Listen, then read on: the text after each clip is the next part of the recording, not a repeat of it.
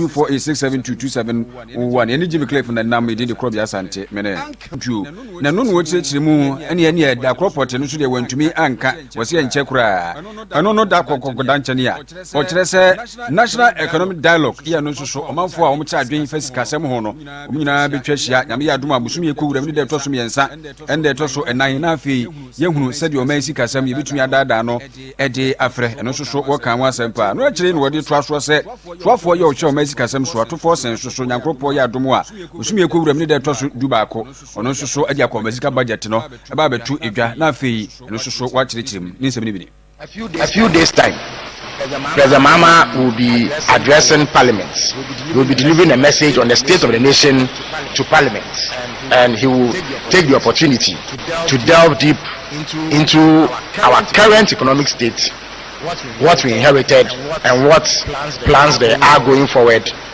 to ensure economic revival and resuscitation. A few days after that, the National Economic Dialogue will take place from the 3rd to 4th March, and there too various stakeholders in our economy, drawn from academia, civil society organizations, public servants, public officials, and other interested parties in the Ghanaian economy will meet to deliberate on the state of affairs, and there too further insights will be shared on the state of the economy and how we can collectively achieve consensus on the steps that need to be taken to ensure that we get out of the situation and are on the road to rapid economic growth and development. And then on the 11th of March, the finance minister will present his first budget, which would again explain the situation and indicate what government's policies are in respect of the economy and what measures will be rolled out going forward to achieve the objective of getting us out of this economic mess. So this, in a nutshell, is what transpired in cabinet today. And so any fellows kwachofusu ana motenenken Onimnyamfo wo bet peti brentum ye oye atoye etifido mantem soafo na opanyin le kasa de ahwe kwa yerekun de tia kwa yafadoto efam eguji wo kwanbɔ no do a wato ne jingaram sei no ode yehu ne de omani nyina ne bambo ene yatoto na ase no sande ekonnim aye tie pa ntie hu kone de ndei oye bambo mu oye ohab na opanyin le chemu de ebranya du de ode man Ghana nyina yeshem na yetoto adwen na yepe kwan kroda yebohwe ne zeso galamse ano no de nsemi nyina tugwa wobra onyin santwefo koshem wo sehwiwe oso na ore chemete aban de ye mobaye bia na wa pekon obafada oboko galamse no no panyin le chemete ekwan kura obotum wa boa e ma ban wa kode che galamse nyite kokoi kwafo wobomo won oye ahomje sika endei ekoye no kwawie wo hona brabomu a obobo mu wetum wasan atena setimedie ono ye pension scheme a wazir mekoko ekuafo no no no le Ghana fo ena atimemufo nyina de sebre no du na se aban no tu anamona yemfa chita sonkor me kire support emma omanpai mahama na ban no mfa oye pension scheme fa makoko ekuafo na ombo ne mfa nkuntia oye galamse. More or less national security issue. So I'm saying, can say guarantee for as I'm saying guarantee for now. As a famous at home, I'm saying you pass as well or not as you are and Casa. Baby Omoya, Omakase, a very foresting. Because forest, if I say, we can call by holding it. But if I say cuckoo, did you ever say, Kuku for what say? Ubia or ton assassin, a cuckoo, a diagram. Nana dream, Ebia, William Paso, Galamsi Bonwasi, the Unyago, a buying. You say, a buying very shisha, at Makuku farmers, and very dear, or young. Amao, I resume, said Archie, Mpukuno, and Paso Bebaso. Into where are you graduating the money, Mahama, or see, Kuku farmers. So a pension scheme at the among. Until almost I don't say, I did I just shall cry. No one say, oh, after all, that should be a woman. Until Emma won't to Kuku said, Enti onimnyamfo Honorable Robert Petty Brentum atoye etifido mantem soafo na odi da mensem nyina tugwa Amana yet and is assembly Bijonia Wokapia, Kentapo South Mensinim, Bono East Mantaminimu, and the Honorable Alfred Aganda, and Kophobia Cochino Bono Papa. Na Arahusemi, what they say, on what the hank of Ibuninsa, Nasadia, Adianis Kokoya, and when you say, and this American Tani, Yawobono East or Unas Ushu, and a Sumas Hafono. Na, the quite Bunyan says, Wokotambe, and Wakakan Simbi, Ichabon Peninfubi, a one Patemo, and it says, Woman and Way in Cadia, and any big squad and the Yamanu Tinisa, Omokochin, and I said, you may see a Bono in Church more de Emaini. Assemblyman for I walk in the bus out. Chairman Slima. I said, Uras, Excellency John Draman Mama KaseÄ. We can share now current government in Equamun. Omobayana, Omajis Animal United. Abba, because your mama is against the corruption. In the end, Chairman, Echo Mono, current former MP Alex Janho. Namono Sona Komuya, now only $600. $600 in a woman, you know. All the buy and offer or catch it, then assemblyman for say, Mono $400. Then so you could say now money is $600 because former MP is $600. It is $600 in now, besides $300 in two. And a mono crana was watching a chairman, man check mono my same goodie. As I said, the president so on corruption. On corruption now, by no BS say Mama, is Excellency John Mama. We need to be corruption in this animal and good party, and I am better than the party. Yes, I tell you, yes, you have one must animal and say, for instance, Chama Famono, Efoko, President region, and I said, you know, Famono, a farmer secondary schools, and I farmer preaching recover for no more. But Chama Cochamu, and I say, oh, Chama, oh, far and more $7. Now the branch for 5 kilo, 5 kilo. Now some for one bag. Then the assemblyman for the money yente. Into Mount Famon and Chenti. Yes, we are more one seminar. Ecofas as in about. Timono na kuwie ubi kasano abono pa tumi se de na chiesia bia na nya boketua kra ya buni yi chinyina papa e frɛ no Honorable Alfred Aganda ono ya assembly Bijonia yo kwapia Kentapo South Mensinim Onimnyamfo hayo na drusu ono yo oswafo a ohwe oman Ghana yen ewumosua to na opanyin lichema onjere biara aban lebotwa oyesika botini bia to woza ma achechefo a wowo esuapon ma watum woza ye yehwemo oyezini ye pa ma adekire etum akodo wo oman yen esuapon nyim ma potokasem wofra National Research Fund na opanyini lichema aban ya na dwende oncher biara fiare mu ozibotugwa na National Research Fund no wetum waye adwuma ode yamensemi nyina tugwa ewo bra ba so a worbohwe adwendwen no oman Ghana no masuane kan koto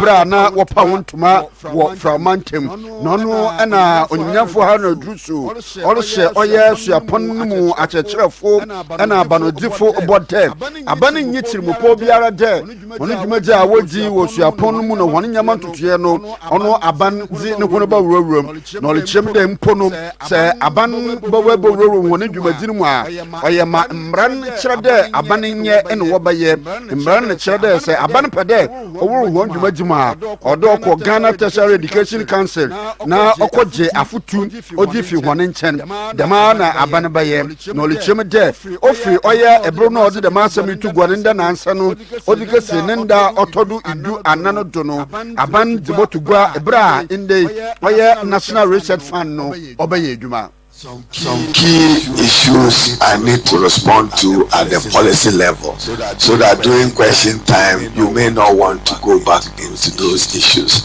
So with your indulgence, I will proceed to deal with them. One, it is not the intention of President Mahama or the NDC to interfere with your university governance. So have absolute faith that there will be unfettered academic freedom and its respect. We will not interfere with your governance. What the law requires us to do, we will consult with GTEC except that will help you build strong institutions. Professor Nanaba, let me thank you. Even though you are hitting the politicians, you hit your own too. When you said where universities can be like secondary schools. Onimnyafo ha na dru so afọ ahwe womosia to woman Ghana menenze na yete no. Opani ya rekadema agbana eyemrahye bedwani mo manfo mo ketu north. Na ono so akeka bi de kire MPP amayiku no se na MPP amayiku no omugina hefa ye nei obetumi kura abo NDC amayiku a se so maba betena akonwa so no esobo se enime bi ho mo toto papa so ono ye wo se yewura John Dramani Mahama wabai na aban no embeda ho enime beda ho fan enkonkonko ye se bia pro ne kankan ebekọ so na se de enime fiti ase no obi anso ahunu se efiti ase yi na bibia bekoyi e de amagana ade hye. PP does not even have the moral authority to speak about persecution. I am a member of parliament. I am an advocate for good governance. And on any day, I would want to see many more Ghanaians speak to issues of accountability and call for the right things to be done. I'll be one of the first people within the NDC who will call out any act of illegality in my government if I feel strongly that indeed government is not acting right.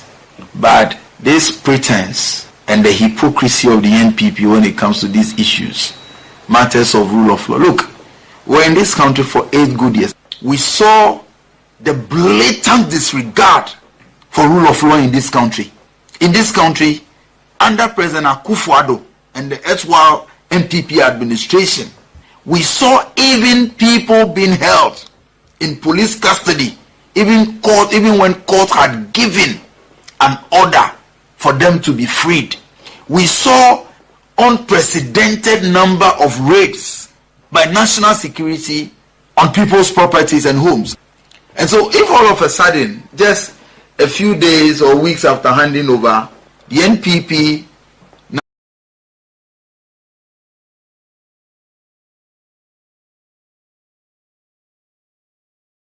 we saw these unprecedented levels. Enti Edem Agbana emrahye bedwani mo manfo mo ketu north. Bishop Frank Ewua ewrom wo oye brekum na nimpotema insoro mechira asafo ahoro a wo honu ku a oho ono na oye gomtinanyi dzimahwan na bishop na orutu oye oncheri biara Council of State members a woji honu tuma wefu honu djuma asen na ole kire honu de woman modinara won kama afuta oboboa ema oman Ghana wetum puniye pa ono na wonfama omampanyin John Dramani Mahama na ontum mboa na ontoto oman na oman nkagina baby papa na olichim de wonjina honna do pinchi na honna afuta a wodere kono onya afuta a obokun oza mambabun atuma giye wo man Ghana na onye hene nuansa ntwonyi kweku mensa abrampa listen komono na bishop olechere oye Council of State members ni de he wonyi pesaman kunya mfemfi woni dwumata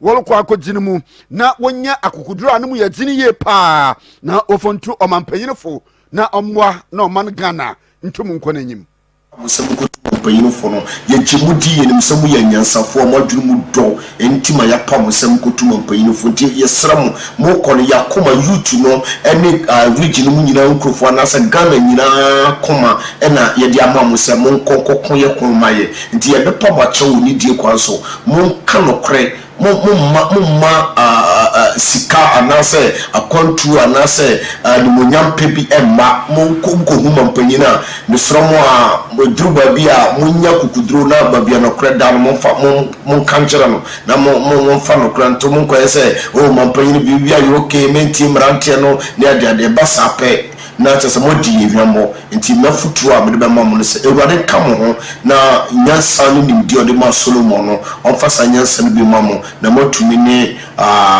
ye papa Mahama atumi ya adwuma no.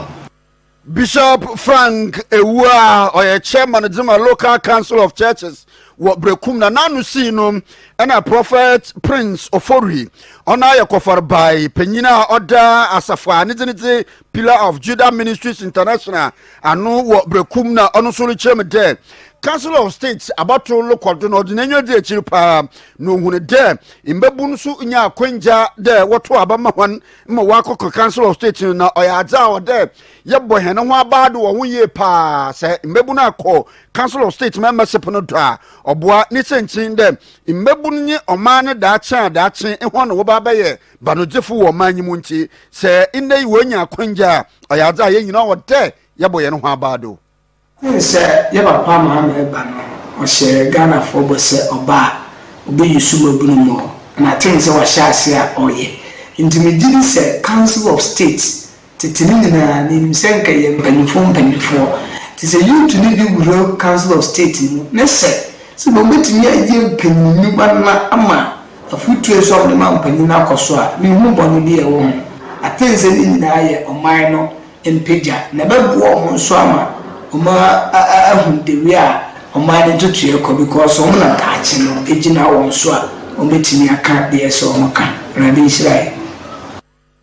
Prophet Prince of Ori, Onoson some other to go, what a man semi Nimonye nano pay, a bay her back clinic, see, Yerbabiaro or one for but done 101 2 1 farm. Sickle says, a face sickle testing, and a fame is can't testing, prostate Yerbabiara high blood pressure, and a fe low sperm count for Nina Alabra. Zayabodum Mayam Moto, if you do that, Cassie, or if you da.